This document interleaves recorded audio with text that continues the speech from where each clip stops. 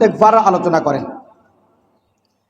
ইস্তেগফারের ব্যাপারে আল্লাহ পাক রব্বুল আলামিন বুঝান, বলেন আমাদেরকে, ফাকুলতু ইস্তাগফিরু রাব্বাকুম ইন্নাহু কানা গফফারা ইউরসিলিস সামাআ আলাইকুম মিদরারা ওয়া ইউমদিদুকুম বিআমওয়ালিন ওয়া বানিন ওয়া ইয়াজআল লাকুম জান্নাতিন ওয়া ইয়াজআল লাকুম আনহারা। তোমরা ইস্তেগফার করো। সর্বপ্রথম ইস্তেগফার করলে লাভ হলো আল্লাহ পাক তোমাদের গুনাহ খাতা মাফ করে দিবেন। 2 নম্বরে ইস্তেগফার করলে লাভ হলো ইস্তেগফারের মাধ্যমে আল্লাহ পাক তোমাদের প্রতি রহমতের বৃষ্টি বর্ষণ করবেন। 3 নম্বর লাভ হলো তওবা করলে আল্লাহ পাক রব্বুল আলামিন সম্পদের ভিতরে বরকত দান করবেন। 4 নম্বর লাভ হলো যাদের সন্তান হয় না, নিঃসন্তান, ইস্তেগফার করলে আল্লাহ সন্তান দান করবেন। সন্তান চাওয়ার জন্য তন্ত্র মন্ত্র বাবা হাবিব বাবা, গাজিব বাবা, রাজীব বাবা, ভণ্ড বাবা, চট বাবা, পট বাবা, তাদের কাছে যাওয়া লাগবে না। ইস্তেগফার করবেন, আল্লাহ পাক সন্তান দান করবেন। তারপরেও যদি সন্তান না হয়, আল্লাহ পাক সে ব্যাপারে বলেছেন সূরাতুশ শূরা 49-50 নম্বর আয়াতে বলেন, ইয়াহাবু লিমান ইয়াশাউ ইনাসাও ওয়া ইয়াহাবু লিমান ইয়াশাউ যুকুর আও ইউযাব্বিজুহুম যুকরানা ওয়া ইনাসা ওয়া ইয়াজআলু মান ইয়াশাউ আকিমা। আল্লাহ পাক কাউকে শুধু কন্যা সন্তান দান করেন, আবার কাউকে শুধু ছেলে সন্তান দান করেন, আবার কাউকে কন্যা সন্তান ছেলে সন্তান উভয়টা দান করেন, আবার কাউকে বন্ধা বানায় রেখে দেন। এটা আল্লাহর ইচ্ছা। এ ব্যাপারে কেউ কলম ধরতে পারবে না। ইচ্ছা করলেই কেউ সন্তান কাউরে দান করতে পারবে না। এটা সব আল্লাহ পাক রব্বুল আলামিনের ক্ষমতা। এরপরে বলতেছেন আল্লাহ পাক ইস্তেগফার করলে আর কি লাভ? ইস্তেগফার করলে জান্নাতে প্রবেশ করাবেন, জান্নাত দান করবেন। তারপরে বলতেছেন ইস্তেগফার করলে আমি ফল ফসলের বাগান দিয়ে তোমাদেরকে ভরে দিব। আমার জীবনের যা কিছু প্রয়োজন সব তো ইস্তেগফারের মাধ্যমেই আমি পাচ্ছি। তাহলে সারাদিন চুপ না থেকে ইস্তেগফার করতে থাকি। ঘন্টার পর ঘন্টা চলে যায়, ইস্তেগফার বলার ইস্তেগফার করার সময় নাই। দাবা খেলতেছে, ক্রিকেট দেখতেছে, সময় নষ্ট, জিন্দেগি শেষ, ক্ষতিগ্রস্ত মানুষ। তাই আল্লাহ পাক রব্বুল আলামিন সূরাতুল আসর সেখানে কি বলতেছেন? ওয়াল আসর ইন্নাল ইনসানা লাফি খুসর। সময়ের কসম, মানুষ মুহূর্তে মুহূর্তে ক্ষতিগ্রস্ত হইতেছে। কারণ প্রত্যেক মুহূর্তে তার হায়াতের জিন্দেগি থেকে এক সেকেন্ড যায় মানে সে এক সেকেন্ড চলে যায় মানে সে ক্ষতিগ্রস্ত, তার লোকসান। যদি ওই সেকেন্ডটা আমলের ভিতরে কাটায়, নেক আমলের ভিতরে, তাহলে কি আছে? লাভ আছে। আর ওই সময় যখন গুনাহ করে তখন সে ক্ষতিগ্রস্তের ভিতরে থাকে। তাই বেশি বেশি ইস্তেগফার করা, যাতে করে আমার হায়াতটা কাজে লাগে, আমি যেন লাভবান হই, ক্ষতিগ্রস্তের মধ্যে না পড়ি।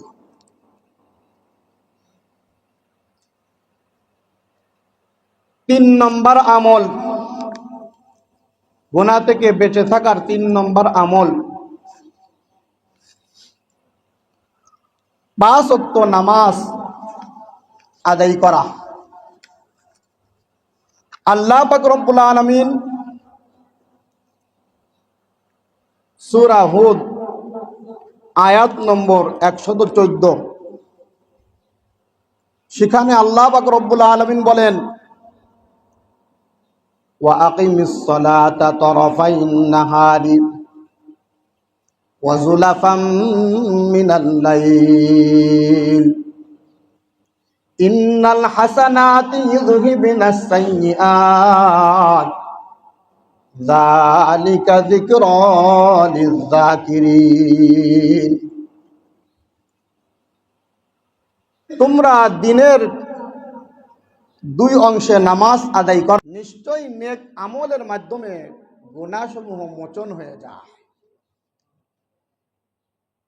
এর অর্থ হলো নিশ্চয়ই এই নামাজের মাধ্যমে তোমার গুনাহসমূহ মাফ হয়ে যাবে। ফজর পড়লাম ফাঁকা, জোহর পড়লাম ফাঁকা, আসর পড়লাম ফাঁকা,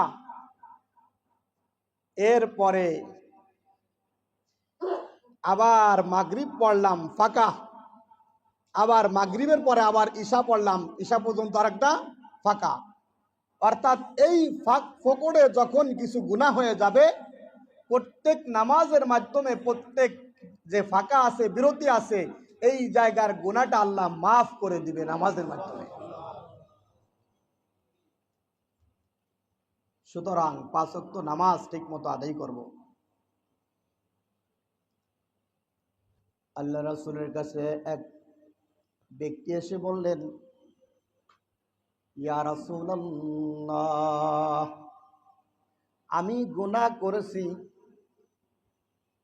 আমাকে পরিষ্কার করেন, আমার বিচার করেন, আমার উপর হদ জারি করেন। কথাবার্তা বলতে বলতে নামাজের সময় হয়ে গেল। নবী নামাজে দাঁড়ায় গেলেন।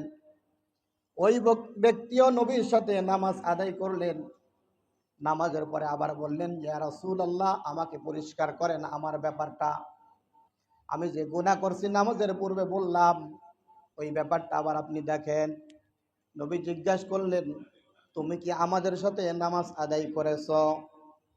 সে বলল, হ্যাঁ, আমি আপনার সাথে জামাতে নামাজ আদায় করেছি। নবী বললেন, গুফিরা লাক, আল্লাহ তোমার সব গুনাহ মাফ করে দিয়েছেন।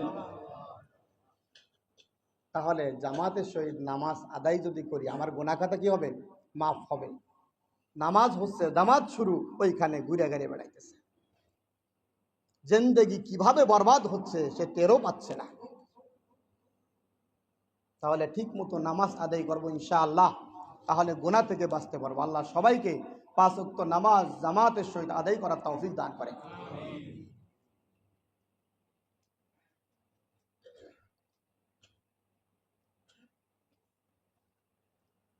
4 নম্বর, গুনাহ থেকে বেঁচে থাকার আমল হজ এবং উমরা করা। হজ এবং উমরার মাধ্যমে আল্লাহ পাক গুনাহসমূহ মাফ করে দেন। নবীর হাদিস, ক্বালা নবী সাল্লাল্লাহু আলাইহি ওয়াসাল্লাম, তাবিউ বাইনাল হজ্জি ওয়াল উমরা ফাইন্নাহুমা ইয়ানফিয়ানিল ফাকরা ওয়াজ যুনুব ইলা আখিরিল হাদিস। নবী বলেন, তোমরা একের পর এক উমরা এবং হজ করতে থাকো।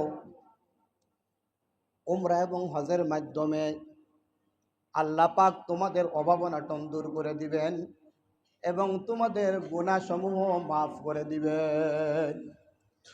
হাদিসের শেষ অংশে নবী বলেন, গুনাহগুলো কেমন ভাবে মাফ করে দিবেন তার উদাহরণ দিছেন। নবী বলেন, যেমনি ভাবে আগুন লোহা থেকে, সোনা রূপা থেকে যেমনি ভাবে ময়লা দূর করে দেয়, এমনি ভাবে হজের মাধ্যমে বান্দার থেকে আল্লাহ গুনাহসমূহ এরকম দূর করে দেয়। অন্য হাদিসে আছে, মান হাজ্জা লিল্লাহ ফালাম ইয়ারফুস ওয়ালাম ইয়াফসুক রাজাকা ইয়াউমিন ওয়ালাদাতুহু উম্মুহ আও কামা ক্বালা আলাইহিস সালাতু ওয়াস সালাম। যে ব্যক্তি আল্লাহর জন্য হজ করে, আল্লাহর জন্য, লিল্লাহ, এই কথা বলার অর্থ কি? যে হজ কখনো কখনো মানুষ বান্দার জন্যও করে। এজন্য নবী কি বললেন, মান হাজ্জা লিল্লাহ, যে ব্যক্তি আল্লাহর জন্য হজ করে, আল্লাহকে খুশি করার জন্য হজ করলো, ফালাম ইয়ারফুস ওয়ালাম ইয়াফসুক, এবং হজের সফরে সে সমস্ত প্রকার অশ্লীল কথা, অশ্লীল কাজ এবং গুনাহ থেকে বেঁচে থাকলো, রাজাকা ইয়াউমিন ওয়ালাদাতুহু উম্মু, যখন সে দেশে ফিরে আসবে, হজ করে যখন ফিরে আসবে, সে কেমন হয়ে গেল? এমন হয়ে গেল কেমন যেন মাত্র সে মায়ের পেট থেকে ভূমিষ্ঠ হইল।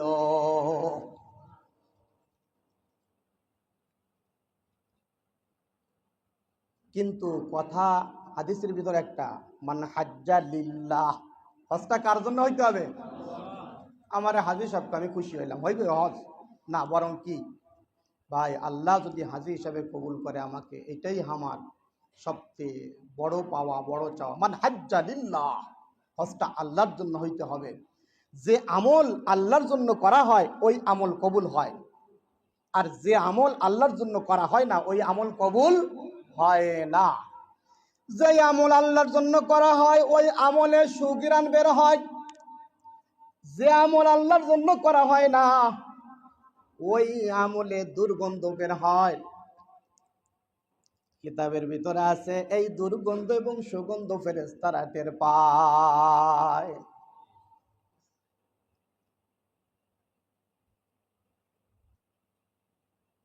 তাহলে ইনশাআল্লাহ আমরা, তাদের তৌফিক আছে, বারবার হজ উমরা করতে থাকবো ইনশাআল্লাহ। আল্লাহ সবাইকে তৌফিক দান করে। গুনাহ থেকে বেঁচে থাকার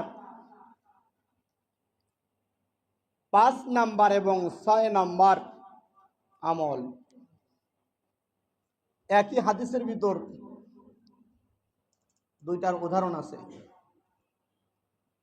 নবীর পবিত্র জুবানের বাণী, মান সামা রমাদান ঈমানা ওয়া ইহতিসাবা গুফিরা লাহু মা তাকদ্দামা মিন যামবিহি আও কামা ক্বালা আলাইহিস সালাতু ওয়াসসালাম। নবী বলেন, যে ব্যক্তি রমজান মাসের রোজা আল্লাহর উপর বিশ্বাস রেখে এবং সওয়াবের আশায় রমজানের রোজা রাখে, সেই ব্যক্তির পূর্বের সমস্ত গুনাহ খাতা আল্লাহ মাফ করে দেন। হাদিসের দ্বিতীয় অংশে নবী বলেন, ওয়ামান কামা লাইলাতাল কদরি ঈমানা ওয়া ইহতিসাবা গুফিরা লাহু মা তাকদ্দামা মিন যামবিহি আও কামা ক্বালা আলাইহিস সালাতু ওয়াসসালাম। যে ব্যক্তি আল্লাহর উপর বিশ্বাস রেখে সওয়াবের আশায় কদরের রাত্রে ইবাদত করে, আল্লাহ পাক রব্বুল আলামিন তার পূর্বের জীবনের সমস্ত গুনাহ খাতা মাফ করে দেন। এইভাবে বিভিন্ন আমলের মাধ্যমে আল্লাহ পাক গুনাহ খাতা মাফ করে দেন। গুনাহ থেকে বেঁচে থাকার জন্য আমার সবসময় ফিকির থাকবে যে কি কাজ করলে গুনাহ মাফ হবে। নবী তার সাহাবী আবু যরকে বলেন, আবু যর, গুনাহ হওয়ার সাথে সাথে একটা নেক কাজ করে ফেলবে, তাহলে ওই নেক কাজের মাধ্যমে তোমার গুনাহটা আল্লাহ মাফ করে দিবেন। গুনাহ হওয়ার সাথে সাথে একটা নেক কাজ করে ফেলবে, হয়তো দান সদকা করবে, অথবা ইস্তেগফার করবে, অথবা কোরআন কারীম তেলাওয়াত করবে, অথবা 2 রাকাত নামাজ পড়বে, যে কোনো একটা নেক আমল করবে, আল্লাহ সব গুনাহ খাতা মাফ করে দিবেন।